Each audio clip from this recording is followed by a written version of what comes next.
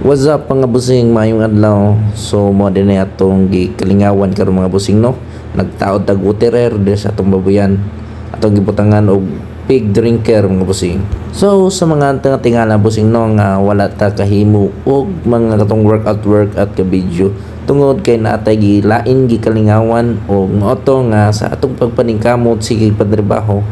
Mas maayo nga natay mapundar bisag ginagpay. So mao ni ang ginabuhat mga busing nga na namuhi ko baboy nag-start tag ginagmay. So naanam jud taan mga busing no nga namuhi mo jud tag baboy. So atong hinahinayan ug kat-on mas maayo mag-learn tag knowledge daan usa ta mo sud sa usa ka atong gisudlan nga negosyo or unsay opportunity ang atong gisudlan.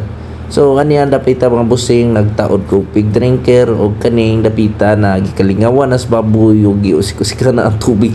So sa pag-sit up din ako diha sa busing no sa ato ang waterer di pud basta-basta kay kadaghan ko na palpak busing motubod ang kaning may pig drinker motubod dires may tangke. So mas maayo nga ang katong butangan nato nga tangke or container katong inigbutang sa mga tubig busing mahurot jud siya. So ako ning usbon ug ang plano nako nga katong butanganan gud sa kuan dili ingon na busing mga kanang square.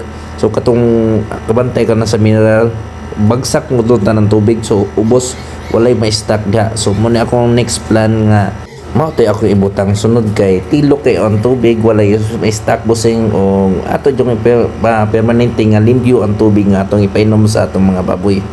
So dahil napita atong ibot nga og tubig so nga na style na siya takop usa man gud sa pinakaimportante nga ri sa magbuhi og baboy busing no kaning tubig ba. Og ari pod sa atong pagpakaon kinahanglan nga natay feeding program nga atong sundon guide nga para nindot atong flow og transition sa atong pagpakaon mga busing. Og labi na sa tanan mga busing pinakaimportante ang genetics or bloodline or sa giingon pa nila mga busing is lahi sa baboy. So importante kay na busing para ang atong baboy is efficient hilabi na sa pagkonsumo sa pasaw o pagtubo sa baboy. O baosan na akong nahimo nga video mga busing no sa pagkakaroon diri sa atong pagbuhi og baboy. Daghan kay salamat sa pagtan-aw o paghatag og higayon diri sa akong vlog mga busing. Daghan salamat o God bless datong tanan o sana pala rin tayo sa atong mga plano sa atong kinabuhi.